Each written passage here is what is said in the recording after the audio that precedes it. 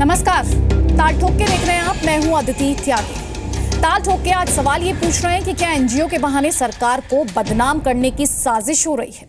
ये सवाल इसलिए क्योंकि आज ही गैर कानूनी ढंग से विदेशी फंड लेने वाले एनजीओ की फाइलें गायब करने के आरोपी अफसर आनंद जोशी आज खुद ही गायब हो गए। आनंद जोशी ने जो चिट्ठी छोड़ी है उसमें उन्होंने लिखा है कि उन्हें देशभक्ति की सजा मिल रही है।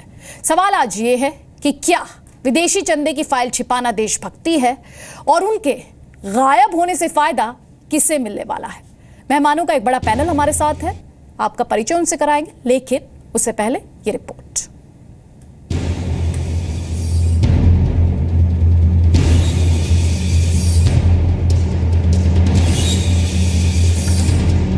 को दवाई दिया था मैंने, सो जाओ आप, काफी नींद पूरी नहीं हुई थी। उसके बाद हम 7:30-8 बजे देखे, दरवाजा खुला हुआ था, लेटर पड़ा हुआ था। होम मिनिस्ट्री के under secretary Anand Joshi CBI पूछताछ से पहले ही लापता हो चुके हैं। लापता होने से पहले बुधवार सुबह उन्होंने पत्नी के नाम जो चिट्ठी घर छोड़ी उसमें लिखकर गए, कुछ महीने से मैं बहुत ज्यादा मानसिक प्रताड़ना से गुजर रहा हूँ। मुझे बहुत बहुत शांति की जरूरत है। कृपया मुझे ढूंढने की कोशिश न करना। मैंने देशभक्ति का कार्य करके शायद बड़े बड़े दुश्मन बना लिए थे। मुझे जाते वक्त दुख तो बहुत हो रहा है, पर अभी मैं अपने आप को कुछ समझा नहीं पा रहा हूँ। देखिए, रात को हम 2 बजे तक साथ थे। कल काफी डिप्रेशन में थे वो। उसके बाद हम सो गए थे, उनको दवाई दिया था मैंने, सो जाओ आप, काफी नींद पूरी नहीं हुई थी। उसके बाद हम 7:30-8 बजे देखे, दरवाजा खुला हुआ था, लेटर पड़ा हुआ था। उसके बाद हमने देखा इधर उधर होंगे, काफी रिलेटिव को फोन किया, कहीं पर नहीं मिले। आनंद जोशी का अचानक रहस्यमय हालत में गायब हो जाना कई बड़े सवाल खड़े करता है। आनंद जोशी पर एनजीओ चलाने वाली तीस्ता सीतल वार्ड की मदद का आरोप है। आरोप है कि आनंद ने तीस्ता के एनजीओ सबरंग के विदेशी चंदे की फाइलें गायब की और गैर कानूनी ढंग से अपने घर में छिपाई। सीबीआई के मुताबिक सबरंग के विदेशी चंदे की फाइलें आनंद के घर से छापेमारी में बरामद की गईं। उनके घर से 7.5 लाख रुपए कैश भी मिले। हालांकि पहले आनंद जोशी ने दावा किया था कि उन्होंने गैर कानूनी तरीके से विदेशी फंडिंग लेने की आरोपी तीस्ता की मदद नहीं की, बल्कि उनके खिलाफ कार्रवाई की थी। बड़े बड़े एनजीओ के केस में बहुत सारे बड़े बड़े देश के फेवर में मैंने काम किया था। दुश्मन मैंने बड़े बड़े पाल लिए थे, उसकी ये सजा मिल रही है, ईमानदारी की सजा मिल रही है बेसिकली ये। मैंने अभी तीस्ता सीतलवाड़ के खिलाफ कार्रवाई करी थी। उसमें पहले हमारे एक डिप्टी सेक्रेटरी के नेतृत्व में एक टीम गई थी, वो कुछ करके नहीं आ पाई, तो मुझे दोबारा भेजा गया था कि आप जाओ, कुछ देखो, करके आओ अच्छे से। मेरी रिपोर्ट के ऊपर लोअर कोर्ट से लेके हायर कोर्ट तक सबने मान लिया कि प्राइमा फेसी इनके केस में केस बनता है। सीबीआई ने आनंद से मंगलवार को पूछताछ की थी। आज भी उन्हें पूछताछ के लिए बुलाया गया था, लेकिन तीस्ता की विदेशी चंदे की फाइलें गायब करने के आरोपी आनंद आज खुद गायब हो गए। वो भी ऐसे वक्त में जब गृह मंत्रालय फर्जी तरीके से विदेशी फंड लेने की आरोपी तीस्ता के एनजीओ सबरंग का लाइसेंस कैंसिल करने पर विचार कर रही है। ऐसे में आनंद का गायब होना क्या सरकार को बदनाम करने की साजिश हो सकती है, जिस बात की आशंका कुछ महीनों पहले खुद पीएम मोदी ने जताई थी। क्योंकि ये बात खुद पीएम मोदी कह चुके हैं कि गैर कानूनी ढंग से विदेशी फंड लेने वाले एनजीओ सरकार के खिलाफ साजिश रच रहे हैं। पहले विदेशों से धन आता था, कुछ एनजीओ को हमने कहा भाई आए भले आए, हिसाब तो दो, मुझ पर जितनी बितनी होगी बितने दो, लेकिन आपने मुझे जो काम दिया है उस रास्ते से मैं चलित होने वाला नहीं हूं, रुकने वाला नहीं हूं, थकने वाला नहीं हूं, और झुकने का तो सवाल ही नहीं उठता है। इसीलिए बड़ा सवाल अब यह है कि आनंद जोशी क्या तीस्ता सीतलवाड़ की गायब फाइलों का सच छिपाने के लिए गायब हुए हैं?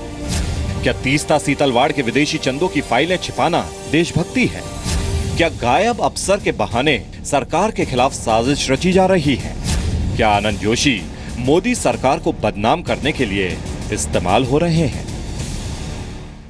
कई खास मेहमान हमारे साथ हैं। संबित पात्रा बीजेपी के राष्ट्रीय प्रवक्ता हैं, बीजेपी की सेंट्रल कमेटी में ओडिशा के प्रतिनिधि हैं, राजनीति के साथ साथ ये जाने माने सर्जन भी हैं। कांग्रेस पार्टी के प्रवक्ता अमी याग्निक हमारे साथ हैं, गुजरात हाईकोर्ट में वकालत करती हैं, वकालत के अलावा पर्यावरण की भी विशेषज्ञ हैं। RSN सिंह साहब स्टूडियो में हमारे साथ हैं, पूर्व अधिकारी हैं, सेना के खुफिया विभाग में काम कर चुके हैं, दक्षिण एशिया में सुरक्षा मामलों पर किताबें लिख चुके हैं। मैथ्यू चेरियन साहब कई गैर सरकारी सामाजिक संस्थाओं के प्रमुख हैं। सरकारी संस्थाओं पर कई किताबें वो लिख चुके हैं। हमारे साथ मीनाक्षी जोशी भी हैं, एमएचए के लापता अंडर सेक्रेटरी आनंद जोशी की पत्नी हैं। मीनाक्षी जी, इस समय आप जिस तकलीफ से गुजर रही हैं, आपको जो पीड़ा हो रही है, हर कोई समझ सकता है उसे, और हर किसी के जहन में बस यही चल रहा है कि आपके पति जहां भी हों, ठीक हों, सुरक्षित हों। आपसे मैम पहला सवाल यही है कि उनके जाने के बाद क्या अब आपके पास कोई जानकारी, किसी तरीके का कांटेक्ट उनकी तरफ से करने की कोशिश की गई हो?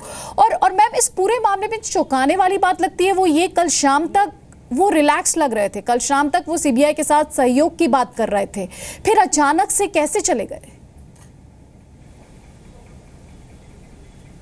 देखिए, उनका डिप्रेशन प्रॉब्लम था और वो 17 साल से वैसे चल रहा है। वो टैबलेट लेते जा रहे हैं और देखिए डिप्रेशन का आदमी है, अब क्या कर ले कोई कुछ बता नहीं सकता ना।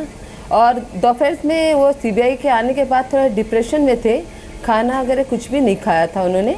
लेकिन मैंने एक बिस्किट लेके, नहीं मेडिसिन आपको ज़रूरी है, तो आप उन्होंने मेडिसिन ली। मैं बोली आप सो जाइए, बस वो सो गए। हम लोग हमारी पूजा कर रहे थे, उसके बाद हम लोग को भी नींद आ गई। फिर दरवाज़ा देखिए खुला था, कब कहाँ गए, कितनी बजे गए, वो हमें खुद नहीं, हम खुद परेशान हैं। जहाँ भी हो वो जल्दी आ जाए, क्योंकि हम जिस दौर पे गुजर रहे हैं शायद पता नहीं कोई समझ रहा है नहीं समझ रहा, लेकिन इतना बड़ा केस हमको इतना फंसाया गया है एक ईमानदार आदमी को कि मैं बयान नहीं कर सकती। मैं इतना अच्छा परिवार था, हमने किसी साथ दुश्मनाई नहीं थी जरा सी भी। क्यों किसी ने हमारे साथ इतना बड़ा गेम खेला? हमको क्यों मोहरा बनाया?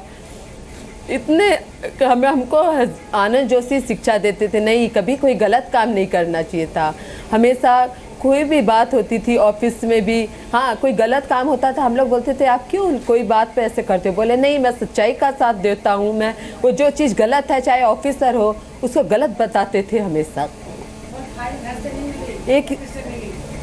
एक ईमानदार होने का इतना बड़ा सबूत, इतना बड़ा ऐसे आदमी को फंसाया गया, अचानक क्या हो गया मैं खुद नहीं समझ रही हूँ मेरे साथ में।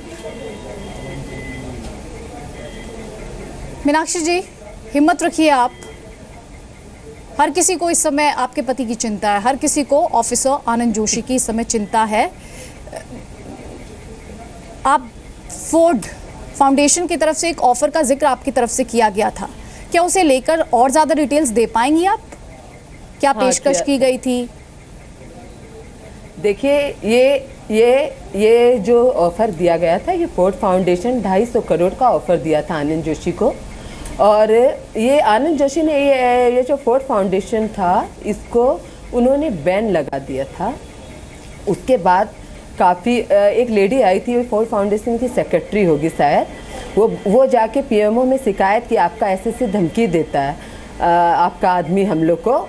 लेकिन काफ़ी ऊपर से दबाव आया कि आप इसको बैन मत लगाओ। तो इन्होंने बोला सर ये बैन, इन्होंने ऐसा काम किया, बैन लगाना वाजिब है, ये मैं गलत काम नहीं कर रहा हूँ, एकदम जो सही है वो मैं वही कर रहा हूँ। मैं देश के लिए कर रहा हूँ, मैं देशद्रोही नहीं बन सकता बिल्कुल भी, मैं गलत काम मैं नहीं कर सकता।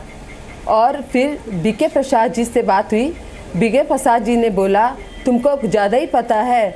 उन्होंने दूसरे दिन मेरे हस्बैंड का ट्रांसफ़र कर दिया FCRO में। अच्छा भला काम कर रहे थे, अच्छे मतलब इतने गलती लोगों की पकड़ाए हैं कि उनको यही नतीजा मिला। दूसरे दिन उनका ट्रांसफ़र एकदम मुंह के सामने बोले कि मेरा ट्रांसफ़र हो जाएगा। सब लोग ऑफिस के स्टाफ सब जानते हैं कि आनंद जोशी ने क्या काम किया क्या नहीं किया, किसी से छुपावा नहीं है। आप फाइल खुलवाइए, जो भी है सब आ जाएगा कि आनंद जोशी ने क्या किया। वो खुद बोलते थे मैं देशद्रोही कभी नहीं बोलूँगा। और उनको जब ट्रांसफ़र, उनका जब क्या बोलते हैं, जब उनको ऑफिस से ट्रांसफ़र वहाँ से हटा दिया दूसरे डिपार्टमेंट में, जब 1.5 महीना तक कहीं भी पोस्टिंग नहीं हुई थी, घर पे ही थे वो। और उसी बीच में उनकी जगह पर FCRO में कोई भी नहीं आया था। और उसी समय वो जो फोर्ड फाउंडेशन है वो वो वापस आ गई, उसको अनबैन कर दिया गया। क्यों किया गया? जब बैन कर दिया था, इनके एब्सेंस में क्यों किया? ठीक है मैम, ठीक है, हौसला आप रखिए और उम्मीद करते हैं जहाँ पर भी हैं जोशी साहब स्वस्थ हैं, बिल्कुल ठीक हैं। लेकिन और मनीष शुक्ला भी हमारे साथ और ये ग्रीन टी बोल के है, इन्होंने 4 काम जी मैं आऊंगी आगे भी आपके पास, आप रहिए हमारे साथ।